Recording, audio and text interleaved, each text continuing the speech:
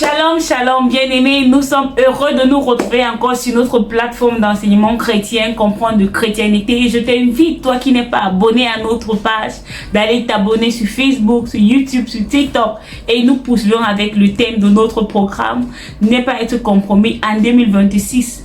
Do not be compromised in 2026. J'aimerais qu'on regarde quelque chose d'assez particulier, d'assez pertinent. Il peut en arriver.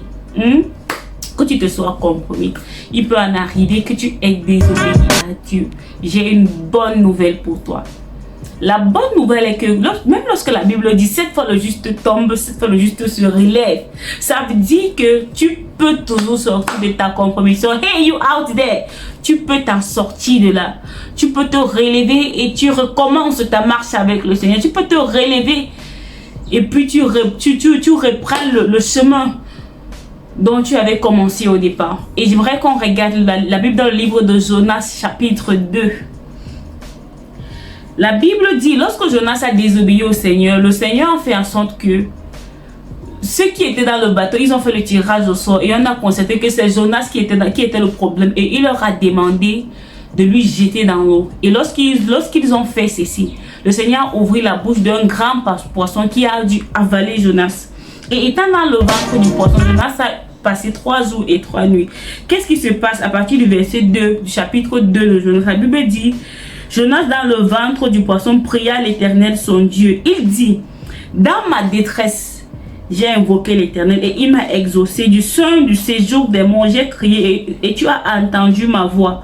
Tu m'as jeté dans l'abîme, dans le cœur de la mer. Et les courants d'eau m'ont environné, toutes les vagues et tous les flots ont passé sur moi.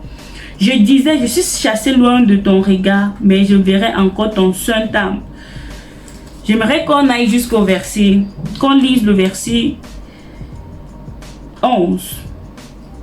L'Éternel parla au poisson et le poisson vomit Jonas sur la terre. En fait, Jonas s'est repenti par ses paroles.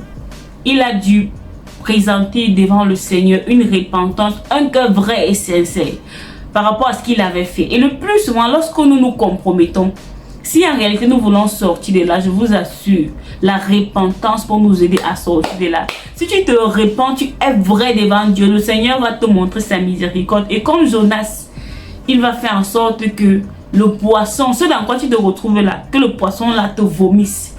Et ça va être le cas pour toi. Je t'invite donc pour toi qui est arrivé, qu'il t'est arrivé d'une manière ou d'une autre à te compromettre, de retourner devant le Seigneur, de chercher sa face, de lui demander pardon. Et pendant que tu le fais, le Seigneur te fait miséricorde, il te fait grâce. Et nous serons heureux de partager ton témoignage. Shalom, à nous revoir dans notre prochaine vidéo.